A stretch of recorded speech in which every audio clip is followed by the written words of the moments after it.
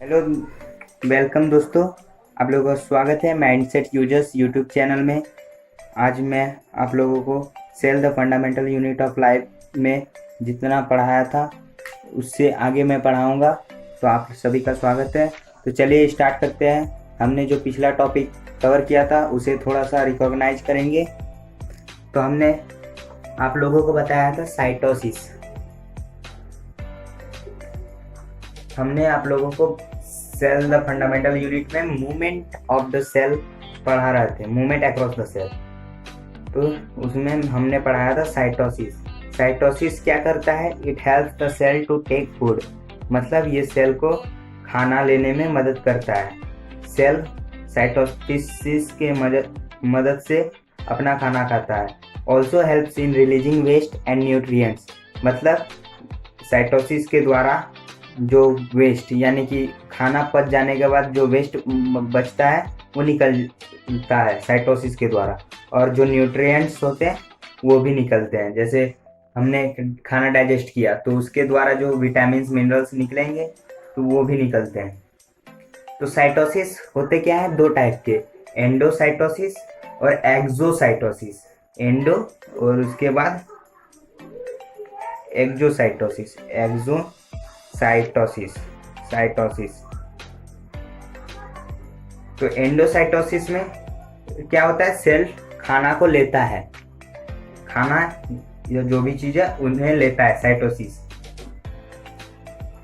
और एंडोसाइटोसिस के दो टाइप होते हैं, ए फैगोसाइटोसिस और बी पिनोसाइटोसिस। फैगोसाइटोसिस क्या होता है?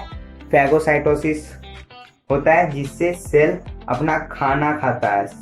और फैगो मतलब ही होता है फॉ का उच्चारण आ रहा है, यानी कि फूड को वो इनटेक कर रहा है, तो वो को खाता है फैगोसाइटोसिस के जरिए। और पीनो मतलब पीना, कोई चीज को पीना, पिनोसाइटोसिस, ये आप याद रखिएगा। तो पिनोसाइटोसिस से क्या करता है सर? ड्रिंक करता है क्या? लिक्विड्स को, लिक्विड मटेरियल्स को। लिक्विड मतलब पानी नहीं, क्योंकि पानी तो ऑस्मोसिस के जरिए पार होता है। तो कौन सा लिक्विड? जो इंपॉर्टेंट जूस हो गए, विटामिन मिनरल इंपॉर्टेंट जूस।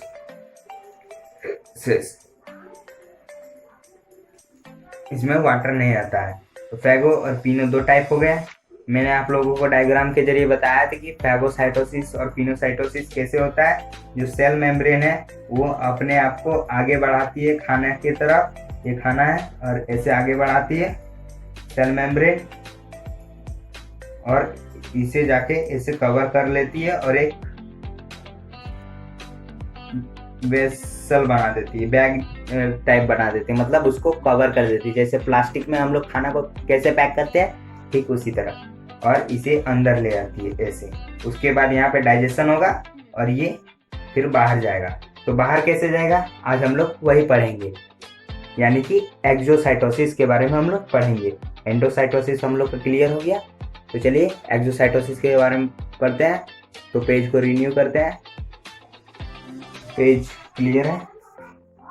तो यहाँ पे साइटोसिस लिखा हुआ रखेंगे। एक मिनट।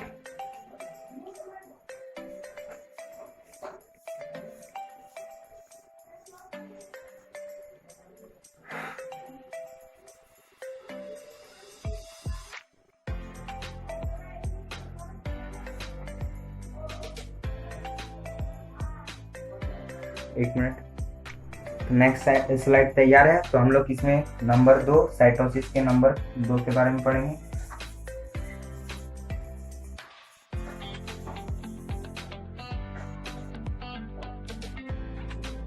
नंबर 2 साइटोसिस का नंबर 2 क्या है? एक्सोसाइटोसिस। एंडो और एक्सो। एंडो मतलब अंदर और एक्सो मतलब बाहर। Exo cytosis. साइटोसिस।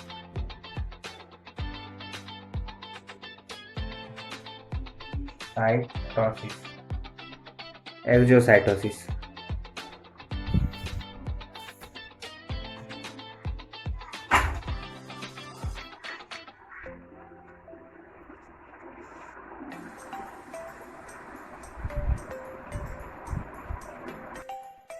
तो एक्सोसाइटोसिस एक्सोसाइटोसिस का मीनिंग क्या है?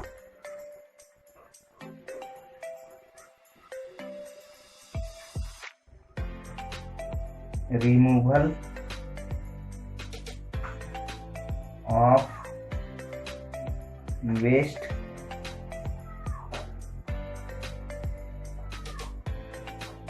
Products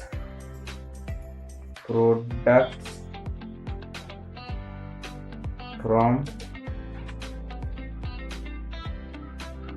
the cell. मतलब जो वेस्ट प्रोडक्ट सेल में बनेंगे उनका रिमूवल होता है एक्सोसाइटोसिस के। एक्सोसाइटोसिस के कोई टाइप नहीं होते हैं, एक्सोसाइटोसिस एक ही टाइप का होता है। तो ये मान लीजिए सेल हो गया, ठीक है। ये साइटोसिस के जरिए खाना अंदर आया ऐसे पैकेट में भर के, ठीक है। ये सेल है, तो ये खाना डाइजेस्ट हो गया, ऐसे डाइजेस्ट हुआ और ये खाना खत्म हो गया और इसमें कुछ वेस्ट प्रोडक्ट्स बच गए। तो इन वेस्ट प्रोडक्ट्स को बाहर निकालना पड़ेगा ना, तो सेल क्या करेगी, ये फिर पैकेट बाहर की तरफ मूव करेगा और यहाँ पे जो ये सेल मेम्ब्रेन है ये अंदर की तरफ ऐसे सीक्रेट करेगा और अंदर की तरफ ऐसे इस पैकेट को पकड़ लेगा और फिर जो वेस्ट प्रोडक्ट है उसको ऐसे बाहर ले आएगा। ये वेस्ट प्रोडक्ट बाहर आ गया, तो इसी को बोलेंगे एक्सोसाइटोसिस। एक्सोसाइटोसिस वो प्रोसेस है जिसके जरिए वेस्ट प्रोडक्ट्स सेल से बाहर आते हैं। दिस इज वेस्ट प्रोडक्ट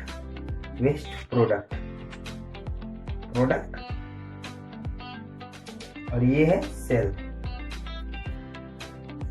तो जो सेल से वेस्ट प्रोडक्ट्स को बाहर निकालना वही होता है एक्सोसाइटोसिस। तो यहाँ तक हम लोग मूवमेंट अक्रॉस द सेल को खत्म कर चुके हैं। एक बार हम लोग रिकवर करते हैं। मूवमेंट अक्रॉस द सेल में हम लोग पढ़े थे पहले डिफ्यूजन से एयर का ट्रांसपोर्ट होता है। उसके बाद हमने पढ़ा था ऑस्मोसिस में 3 फ्लूइड्स के बारे में जाना था। एक था हमारा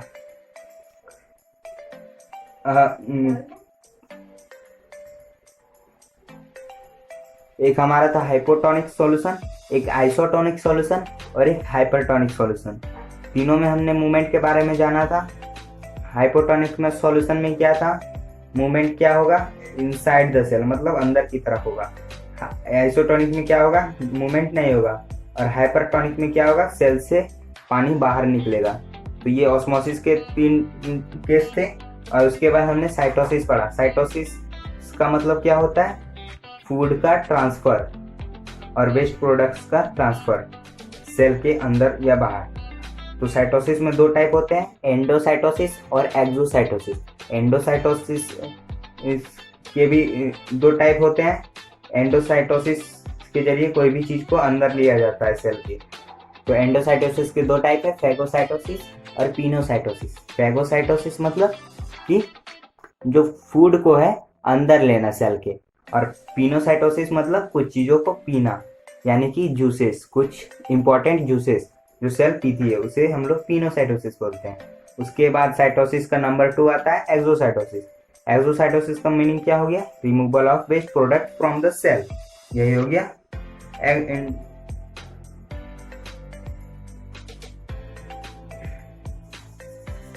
क्या हो रहा है, मार्कर काम नहीं कर रहा है, तो उसी को हम लोग कहते हैं एक्सोसाइटोसिस। आगे हम लोग बहुत ही इंपॉर्टेंट चीज के बारे में जानेंगे, तो उससे पहले पेज को रिन्यू कर लेते हैं पूरा। चलिए, पेज रिन्यू हो चुका है। तो हम लोग क्या पढ़ेंगे, अब हम लोग नेक्स्ट चीज पढ़ेंगे सेल ऑर्गेनेल्स के बारे में। सेल ऑर्गेनेल्स ये बहुत इंपॉर्टेंट टॉपिक है, तो इसे जरूर से एकदम ध्यान से देखिएगा, ठीक है। सेल ऑर्गेनेल्स, तो सेल ऑर्गेनेल्स का मतलब क्या होता है, जैसे हमारे बॉडी में ऑर्गन्स होते हैं ना, जो हमारे लिए डिफरेंट फंक्शन परफॉर्म करते हैं, वैसे सेल के अंदर होते हैं बहुत सारे ऑर्गेनेल्स। जैसे एक न्यूक्लियस हो गया ऑर्गेनेल, ये सेल मेम्ब्रेन भी हो गया ऑर्गेनेल। उसके बाद बहुत सारे ऑर्गेनेल्स होते हैं, ये भी ऑर्गेनेल्स होते हैं, बहुत सारे ऑर्गेनेल्स होते हैं। तो ऑर्गेनेल्स बहुत इंपॉर्टेंट चीज है। तो हम लोग इसको पहले डिफाइन से पढ़ेंगे कि the organs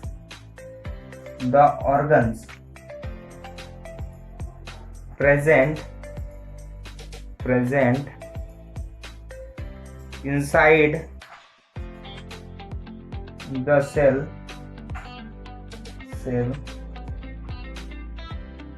are called cell organelles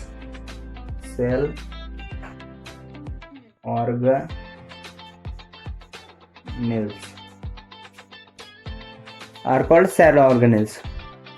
तो सेल के अंदर जो भी ऑर्गन्स प्रेजेंट होंगे, जो सेल के लिए काम करेंगे, सेल के लिए फंक्शन करेंगे, जैसे हो गया transportation, digestion, energy releasing, brains, mind work, जैसे हम लोग का ब्रेन है वैसे सेल के अंदर न्यूक्लियस होगा। तो और डिफरेंट ऑर्गन्स के बारे में पढ़ेंगे। तो सेल के अंदर जो ऑर्गन्स पाए जाएंगे उसे हम लोग क्या बोलेंगे? Cell organelles. ऑर्गन और ऑर्गेनेल्स में ये डिफरेंट है।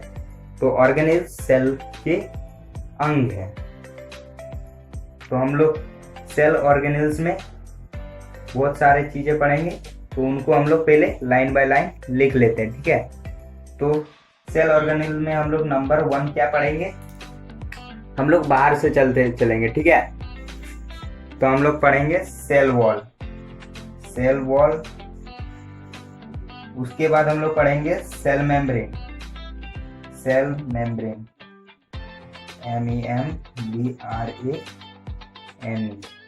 Cell membrane. इसे एक और नाम से जाना जाता है प्लाज्मा मेम्ब्रेन। सेल या प्लाज्मा मेम्ब्रेन जो बोलेंगे आप लोग वही होगा, प्लाज्मा मेम्ब्रेन।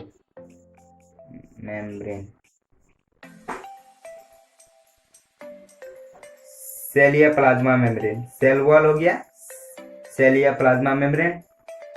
उसके बाद हम लोग तीसरे में पढ़ेंगे न्यूक्लियस के बारे में, जो ब्रेन ऑफ द सेल माना जाता है। फोर्थ हम लोग पढ़ेंगे प्रोटोप्लाज्म।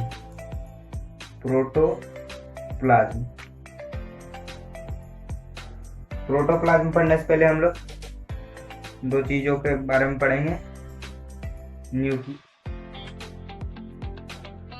चौथा हो गया हम लोग का साइटोप्लाज्म। मैं रिलेशन बताते जाऊंगा इस सब ऑर्गेनेल्स का रिलेशन कैसे होगा। साइटोप्लाज्म के बाद न्यूक्लियोप्लाज्म।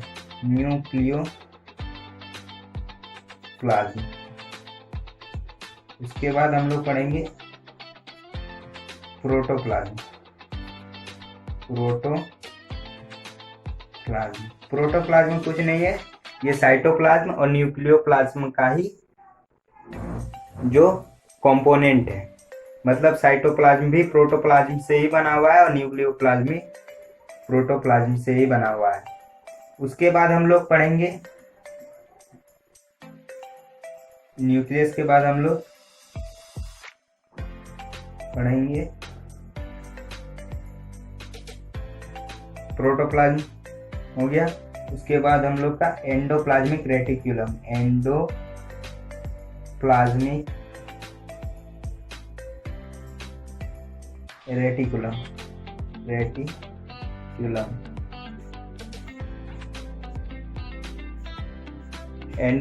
रेटिक्यूलम के बाद हम लोग क्या पढ़ेंगे?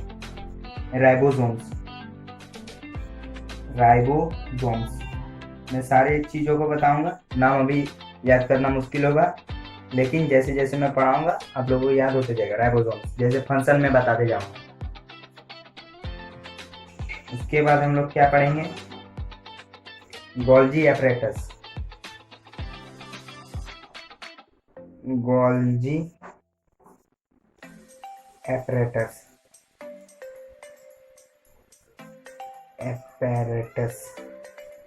गोल्जी एपरेटस को गोल्जी बॉडी भी बोलते हैं, ठीक है।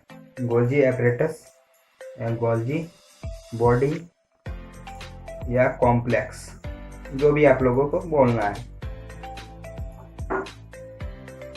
ये कुछ ऑर्गेनल्स हो गए, गोल्जी एपरेटस बॉडी, और इसमें और भी ऑर्गेनल्स होते हैं, तो मैं बताता हूँ और भी ऑर्गेनल्स के बारे में। तो उसके लिए हम लोग को ऊपर थोड़ा रब करना पड़ेगा, तो हम लोग रब कर देते हैं।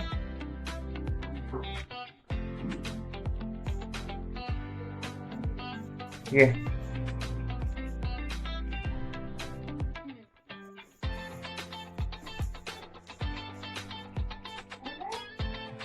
आप लोग सीक्वेंस में पढ़ते जाइएगा।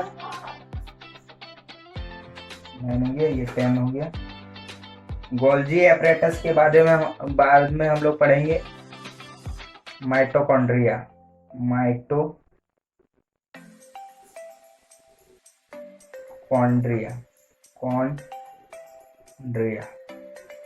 माइटोकॉन्ड्रिया पढ़ेंगे। उसके बाद हम लोग पढ़ेंगे लाइजोसोम्स।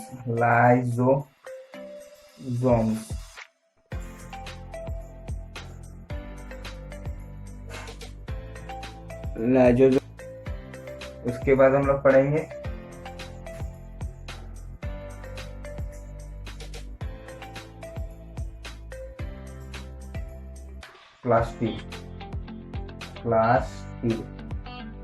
प्लास्टिड के बारे में पढ़ेंगे। उसके बाद जो लास्ट चीज हम लोग पढ़ेंगे वैक्यूल्स।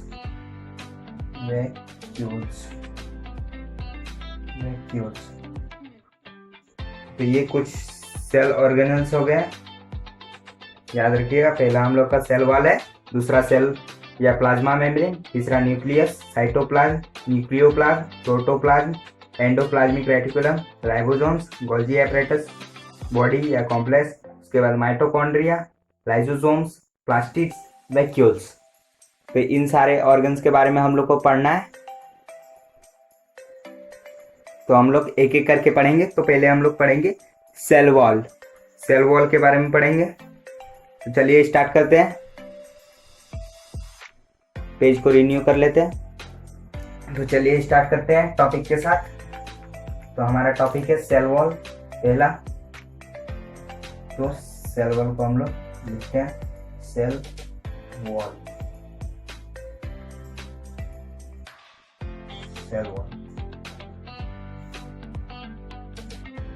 सेल वॉल क्या होता है तो मैं बताता हूं। ये एक सेल हो गया, ठीक है। सेल के अंदर न्यूक्लियस है, ठीक है। तो ये क्या हो गया, ये सेल मेम्ब्रेन हो गया। दिस इज सेल मेम्ब्रेन, ठीक है। तो सेल मेम्ब्रेन के बाहर भी एक कवरिंग होता है जो होता है सेल वॉल। सेल वॉल में थोड़े थोड़े गैप होते हैं, सेल वॉल ऐसे ऐसे सेल वॉल होता है। सेल मेम्ब्रेन की बाहर जो कवरिंग होता है उसे कहते हैं सेल वॉल, मतलब the last covering of the cell. इसे लिख सकते हैं the last covering of the cell, मतलब सबसे आखिरी जो कवरिंग होगा। तो सबसे आखिरी कवरिंग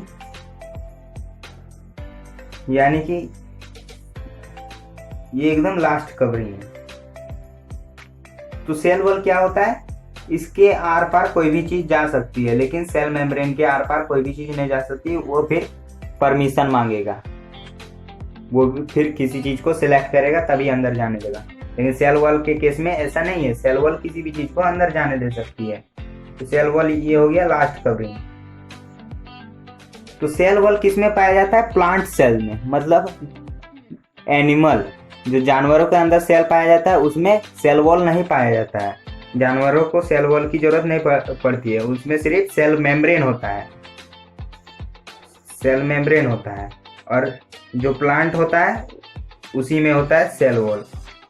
प्रेजेंट इन प्लांट को ही जरूरत पड़ती है सेल वॉल की और सेल मेम्ब्रेन दोनों की। प्लांट में दोनों चीज रहेंगे, सेल वॉल पहले रहेगा सबसे ऊपर में, और उसके बाद उसके नीचे रहेगा सेल मेम्ब्रेन। तो सेल वॉल क्या होता है, प्लांट में पाया जाता है, और cell membrane, cell wall animals में नहीं पाया जाता है। एनिमल्स में सिर्फ पाया जाता है cell membrane, only present in animals. और प्लांट में क्या होता है, सेल वॉल और सेल मेम्ब्रेन दोनों ही प्रेजेंट रहता है। तो इसको हम लोग पॉइंट बाय पॉइंट लिखेंगे। ये outer covering of the cell होता है, जैसे मैं बता दिया। सेल वॉल क्या होता है, एकदम कड़क होता है, क्योंकि ये वॉल है, दीवार। सेल वॉल के बारे में जब हम लोग पॉइंट लिखेंगे, द आउटर मोस्ट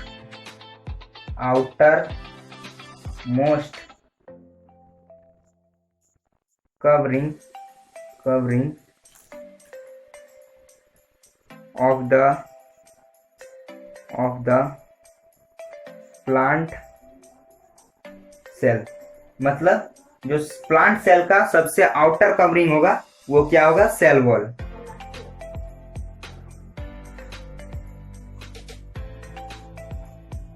नेक्स्ट हम लोग क्या लिखेंगे सेल वॉल के बारे में, only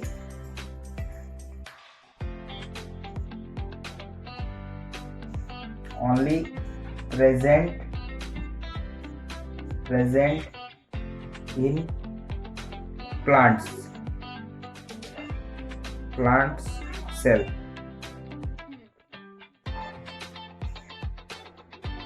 only present in plant cell, सिर्फ प्लांट सेल्स में ही प्रेजेंट होता है, ठीक है। नेक्स्ट हम लोग लिखेंगे, आखिर ये सेल वॉल है, तो मैंने क्या बताया था, सेल वॉल के आर पार कोई भी चीज जा सकती है, तो it is fully permeable, fully permeable मतलब इसके आर पार कोई भी चीज जा सकती है। परमिएबल मतलब आर पार जाना, परमिएबिलिटी मतलब कोई भी चीज को पार जाने देना। It is fully permeable, cell wall होता है फुल्ली परमिएबल, ये किसी चीज को रोकेगा कि नहीं कि तुम मेरे पार नहीं जा सकते, तो इट इज फुल्ली परमिएबल। जबकि ये सेल वॉल है, तो सेल वॉल मतलब सुनने में ही लग रहा है कि वॉल है, वॉल मतलब क्या होता है, टफ चीज, तो सेल वॉल इज टफ मतलब ये एकदम मजबूत होता है, तो ये सेल को भी मजबूती देगा, तो इट गिव्स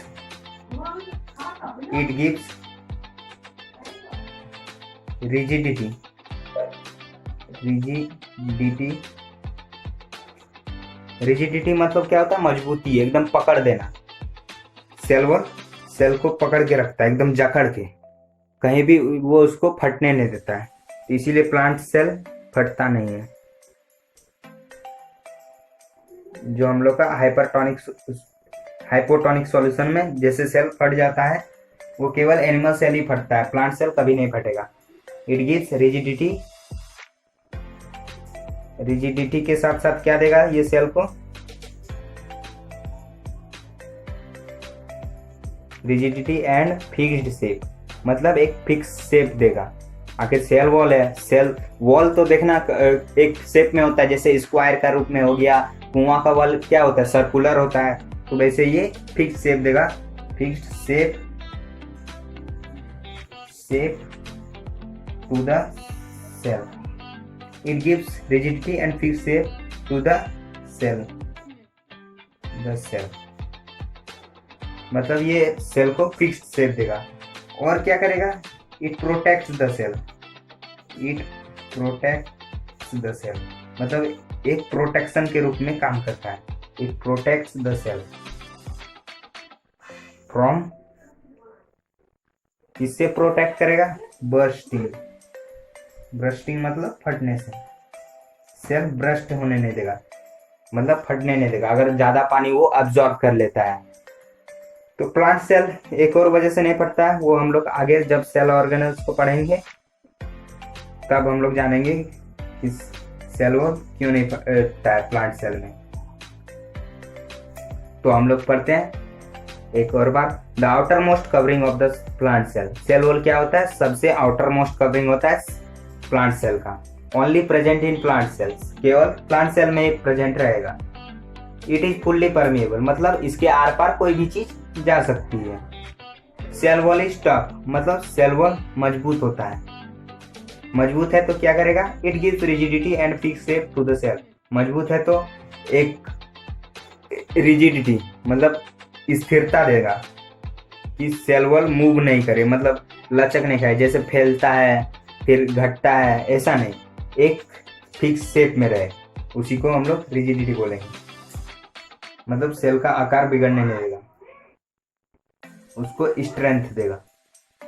तो इट गिव्स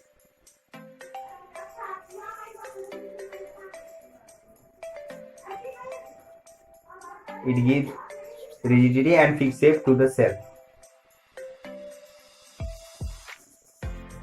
और क्या है, it protect the cell from bursting, मतलब ये सेल को प्रोटेक्ट करता है किससे, ब्रस्ट होने से। ये सेल को प्रोटेक्ट करता है ब्रस्ट होने से, मतलब फटने से बचाता है। ये प्रोटेक्शन के रूप में काम करता है। तो ये क्या होता है, आउटर मोस्ट कवरिंग। ये सेल मेम्ब्रेन हो गया, उसके ऊपर जो कवरिंग होगा एकदम फिक्स्ड, एकदम ऐसे कड़ा सेट करेगा, उसे ही हम लोग सेल वॉल कहेंगे, जो सेल मेम्ब्रेन के पार रहेगा। ये है सेल मेम्ब्रेन। और उसके बाद जो है वो है सेल वॉल, यानी कि सबसे ऊपर वाला layer cell membrane. Cell membrane के ऊपर वाला layer cell membrane. Cell membrane के ऊपर वाला लेयर क्या हो गया, सेल वॉल हो गया।